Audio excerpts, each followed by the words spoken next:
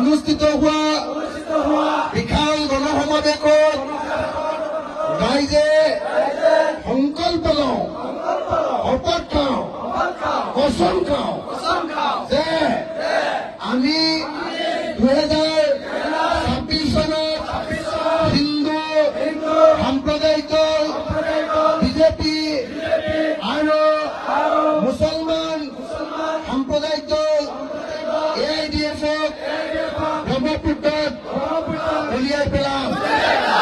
আগন্তুক পঞ্চায়ত নিৰ্বাচনত আমি ৰাইজৰ দলক গেছ চিলিণ্ডাৰ চিনত ভোট দিম।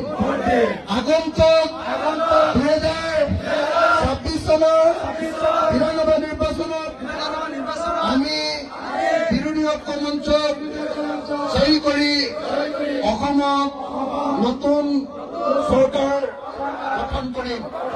ধন্যবাদ।